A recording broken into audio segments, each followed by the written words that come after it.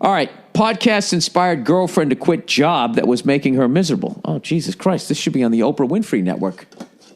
Are we actually going to have like a feel-good fucking story here? What the fuck is going on with these blinds? Open the blinds. Okay. What do we get here? 40 minutes in. Okay, somebody got to stretch this shit into another 20 minutes of ignorance. Okay. Bill, you've been doing great for the first 40 minutes. All right, podcast inspired girlfriend to quit job that was making her miserable. Hey, Billy Belichick.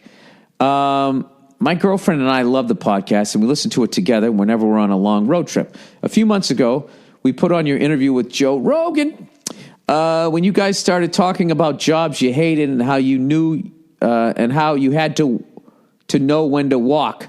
My girlfriend started crying. Oh, Jesus. Up to that point, I knew that she had issues with her job, but had no idea that our company was putting her through so much grief.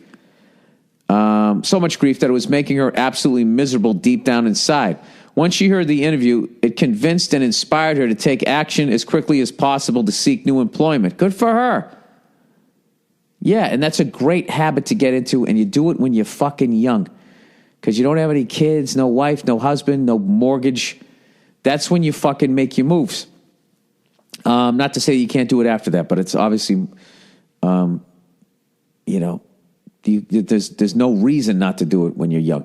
Okay, now she's on the right track for a really great job, and the possibilities of a permanent hire with a really good company seem to be in the works. Knock on wood. I would like to personally thank you and Mr. Rogan for not only providing us with great entertainment, but also in inadvertently helping out someone I truly love and care about to seek a positive work environment. Dude, is there going to be anything I can make fun of in this? This is just like a nice letter. She is already in better spirits than ever before, and it's in part thanks to you. Hope to see you come through the Carolinas next time around. Thanks again, and have a wonderful holiday. Well, that's great. All I can do is reiterate. I can't even remember what the fuck I said, but yeah. I had a friend of mine that was working for the Nestle company. I think it was Nestle. It was one of those fucking corporations. And they were running this person ragged. And I literally watched this person go from a positive person to somebody that I started to avoid his phone calls because, like, it was getting so fucking negative. And then one day this person just said, fuck this, quit, and actually started working for like a nonprofit and was happy as fucking hell and is now back in the corporate world at a company that he fucking loves. And like, you have to fucking do that, man. You know, that whole fucking fear of like, how am I going to pay for shit will keep you in these bad relationships with these horrific fucking companies, right? But what you have to always be willing to sacrifice for your own happiness. And if that involves downsizing your fucking life and just looking at all the shit on your shelves and all of the stuff that you fucking have and be like, how much of this shit do I even fucking need? Because I'm sitting here, in our guest room where I have all my drum videos, my magazines, all these fucking books. They've just sat on the shelf for fucking years. Like if you literally took everything off of this fucking shelves, okay, other than the sentimental value of a few fucking things, I wouldn't even, you can empty all the fucking, those little cabinets. If you emptied all of it, other than when I walked in and I didn't see it, I wouldn't miss any of it.